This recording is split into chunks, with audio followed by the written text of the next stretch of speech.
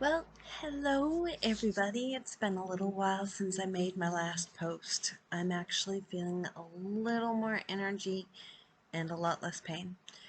Um, what they discovered after me going in and out of the hospital several times throughout the month was that I have what's called hemiplegia, or what's called atypical migraine. And it's not atypical migraine, it's atypical. And basically my whole entire left side goes dead, like plegic, like non-functional. Um, I decided to take this time to share with you while I'm feeling pretty well.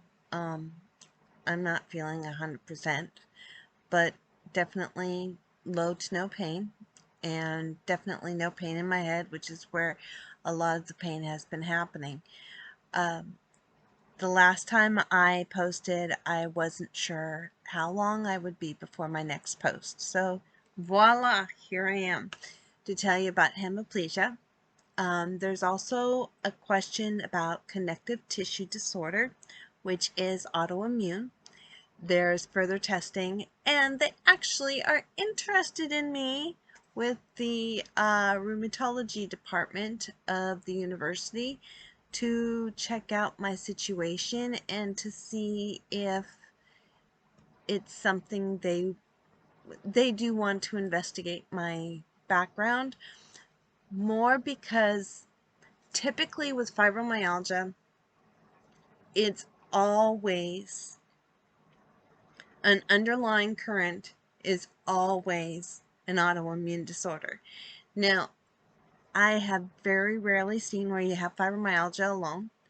Typically, fibromyalgia is the first thing that pops up.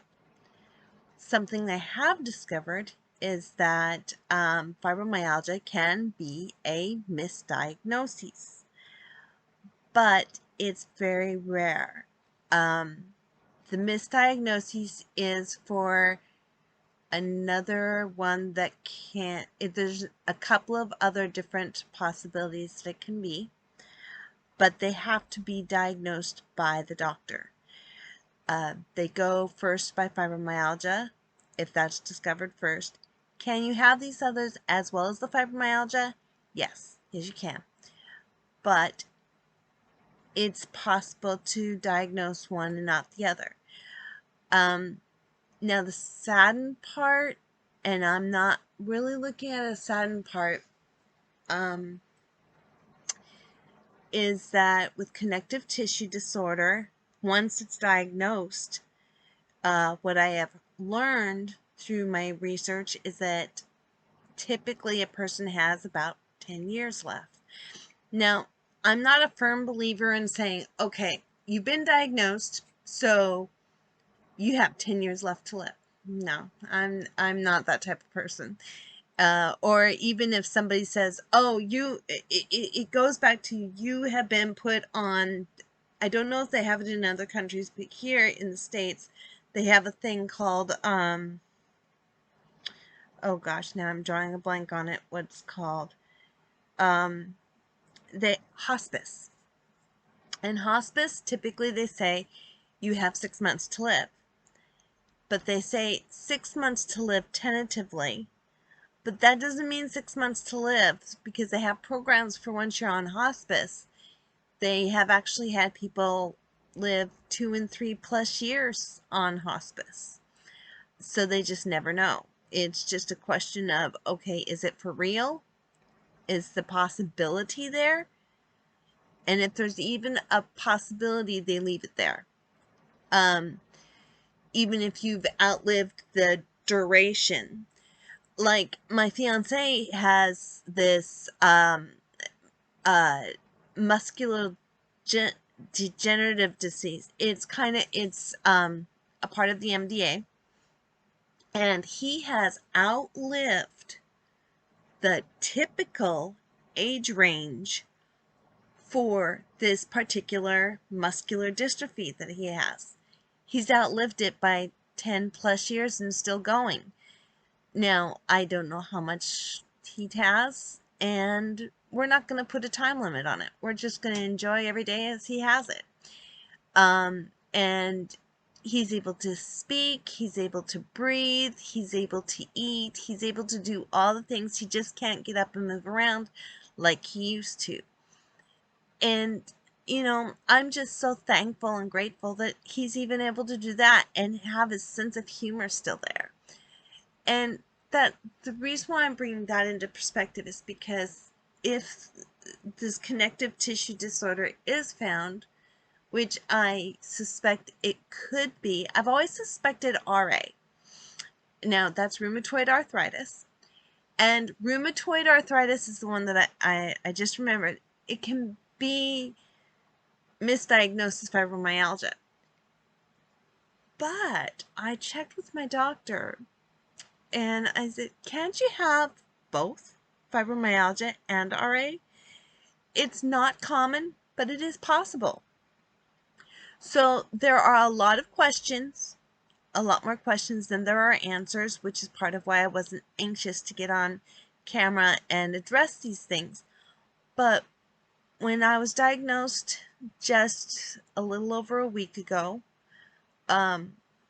with hemiplegia, I thought I should probably address this because hemiplegia is totally outside the norm of fibromyalgia.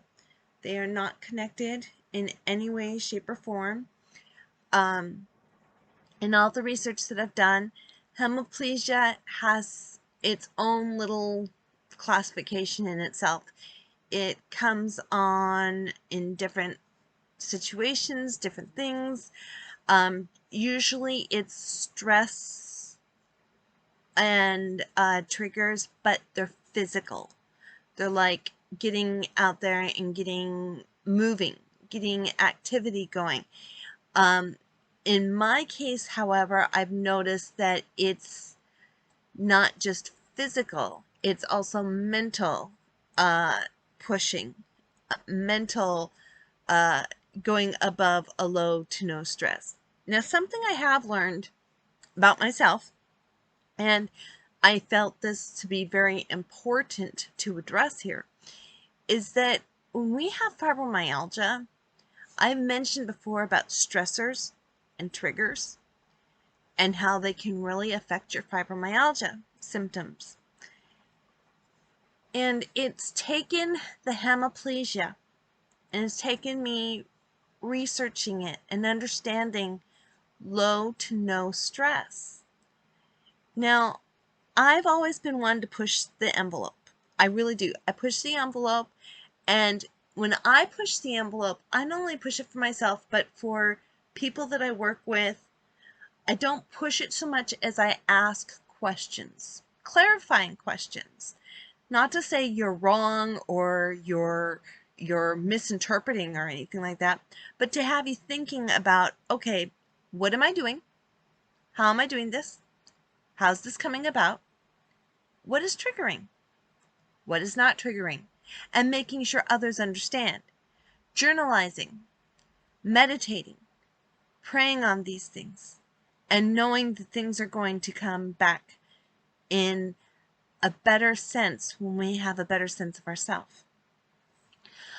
I met a lovely young lady through this whole process, and I'm looking at having her as a guest on this channel as well as on my podcast. And if I'm on my podcast here, I'm being redundant and don't mean to. Anyhow, the whole thing is that we both have fibromyalgia, and we both agreed on so many things. She works for the university that I actually go to for my medical care, and love her to pieces. I mean, our viewpoints slant a little bit differently. Like, she's into some of the more holistic approaches than I am at.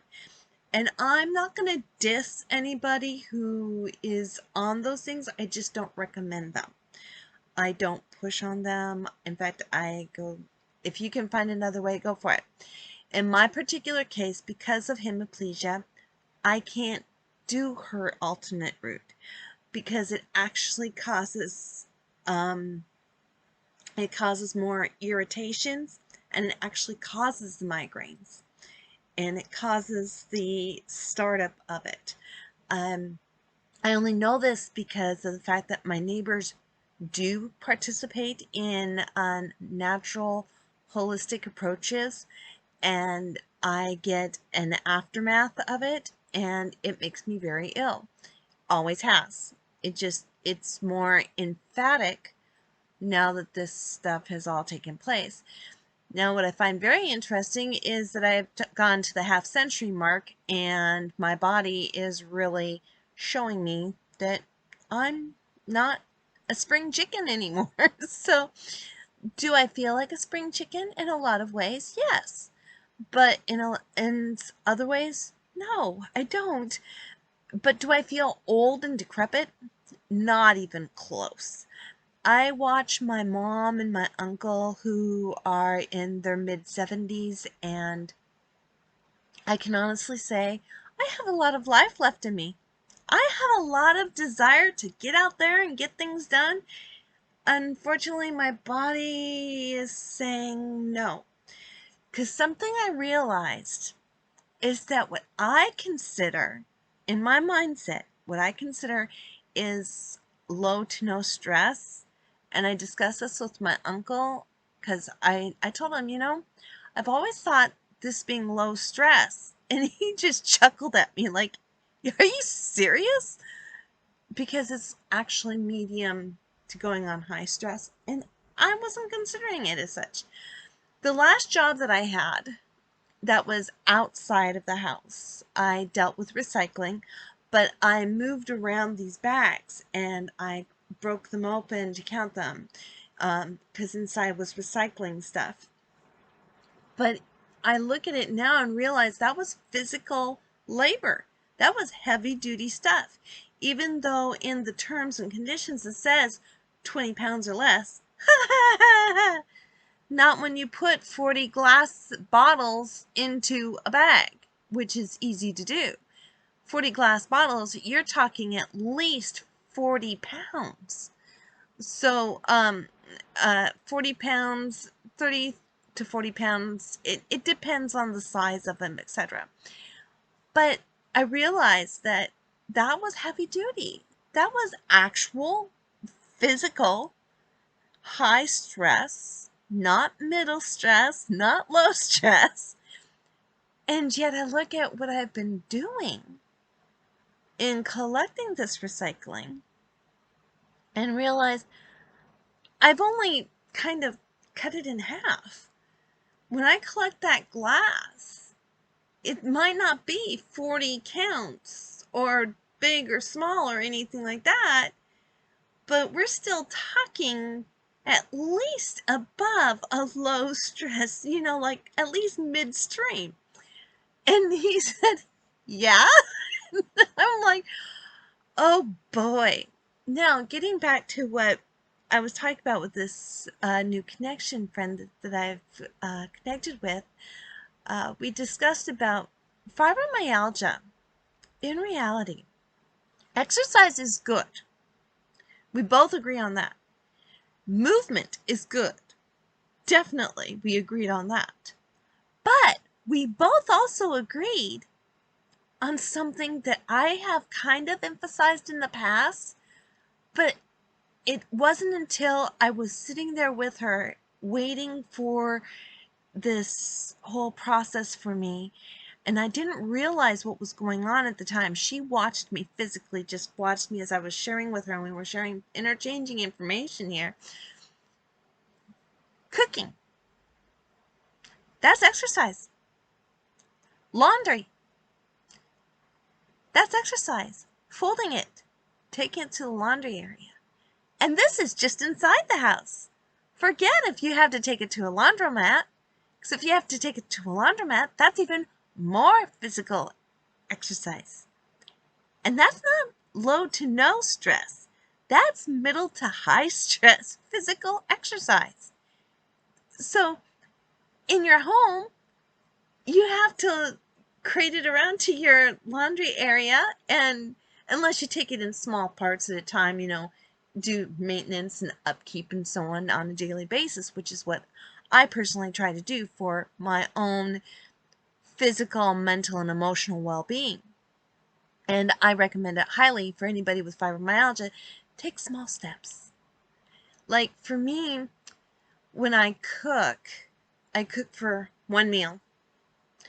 Sometimes if I have a little more energy, I'll cook for a few meals all at once and then put in the fridge for a little bit later and just take it sparingly, interchange energy levels, interchange the low to no stress. And for someone that is dealing with a pain-filled day, doing low stress is hard. Doing no stress, oh my goodness. I mean, we're just talking astronomical issues here. Now, since this migraine stuff has started up for me, it's really opened me up to realize the different things that I have taken for granted in the past. I was going out and being physically active and doing okay, but just as this has started, my girlfriend, a different girlfriend who knows me for quite some time, I had just gone around and up and down a hill, and she could tell my demeanor and my look and my speech. My speech was delayed a little bit. She's like, you don't sound like you're doing so good. I said, I'm not. I need to get home. I need to get the medication in me because it will help. But then I need to stop for a little bit so that the medication can take effect. And then I'll be able to continue, but I won't be able to continue like I have. And do I say I have this down pat? Not a chance. It's sort of like an epileptic. An epileptic doesn't know when they're going to have a seizure. They just have an idea.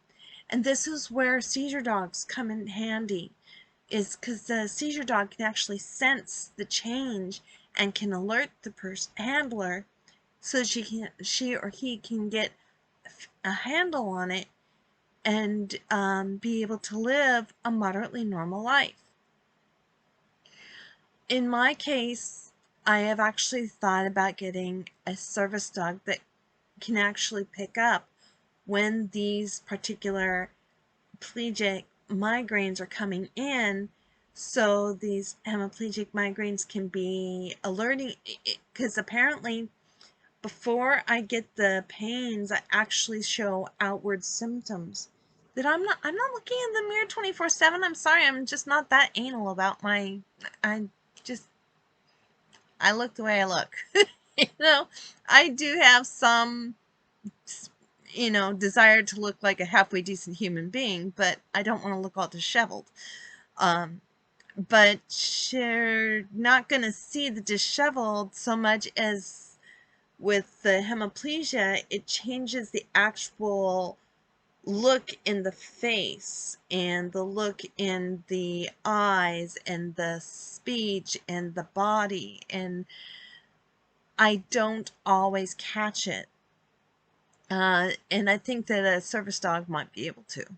But I have to get one that I can handle.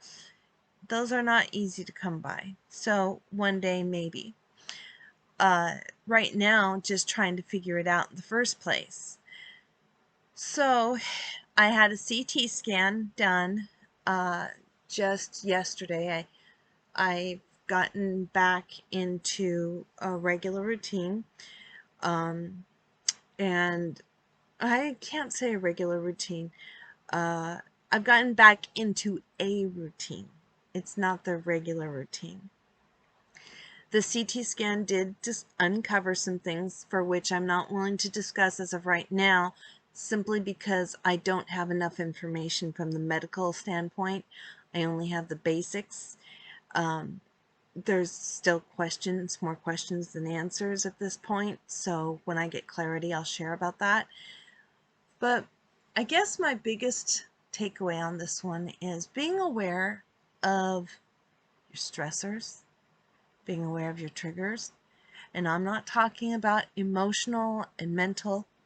I'm also talking about physical, because your body can only take so much, and you only have one life. So being prayerful about it, being mindful about it, being aware, just a mindfulness and meditative. In fact, I was talked to about breathing, uh, regulation on breathing, regulation on mindfulness, regulation on, and I'm not talking regulate like it just anybody's regulation. I'm talking your mind, body, and spirit working together as one. It's not always so cohesive. And even my counselor has told me, don't you teach on this stuff? I said, yeah, I do. And then she had me put into practice some of what I teach, and she's like, did you know you're doing that wrong? I'm like, no. I thought I'm doing it the way I've been told to. And she says, it's not the right numbers for you. Oh, well, how am I supposed to feel? So I've got some work to do on that one. So I won't be touching on it anymore. I just know the generalized basics in breathing. But there may be a reason why I'm feeling the breathing, and that showed up on the CT scan. I'm suspecting. I do not know 100%. Again, something I've got to address to my doctor and find out. So anxiety, big time. There's been a lot of anxiety, more due to the unknown than to the known. I'm the type, once I know, I can come to terms. Whereas some people, they can't. It makes them more anxious. And being able to breathe through it, write about it. Oh my goodness, I've been journaling like crazy. Since this whole hemiplegia thing has come up, this was an empty notebook. Was. Not much anymore. I've been keeping track of everything. Now, the reason why is because I'm trying to find the correlations between the stresses of different, just basic needs, and how they work together, and how it works with my mind and causes the headaches. And I call them headaches because I've always thought that migraine is just one side or the other. Well, I guess they do both sides, but migraines mess with the sight, mess with the body as a whole, and I didn't know that part. So I always thought migraine was just one-sided. Huh, go for me. Anyhow, so fibromyalgia and RA can be easily mixed up. You can be easily misdiagnosed to RA or fibromyalgia. You can have both. My research has discovered that. My research has also just uncovered the fact that you typically have an autoimmune disorder underneath the fibromyalgia, and the fibromyalgia is hiding it. That is also a part of it. So, as of right now, we're dealing with a lot of hemiplegia, which is basically a really bad migraine that causes one side of the body to go into a total non-useful setting. Like, I can't lift up my arm, my left arm, can't lift it up. My leg, can't lift it up, can't do nothing. It's dead. Dead weight. And I know this is a really, really long episode, but I haven't done a few episodes, and partially because I've also learned that it seems to be a trigger when I have my cell phone and my laptop open at the same time. It triggers the lighting. Different lights will trigger. Night lights, the bright lights from cars can trigger. Just different little things like that. And these are all new, but they are part of what's caused me to have to stop. I'm going to be taking it slow, taking it one step at a time. Like, you may have to pause and start this video again on occasion. So, yeah, there's your quick update, and thank you for listening to this point. Take care until next time.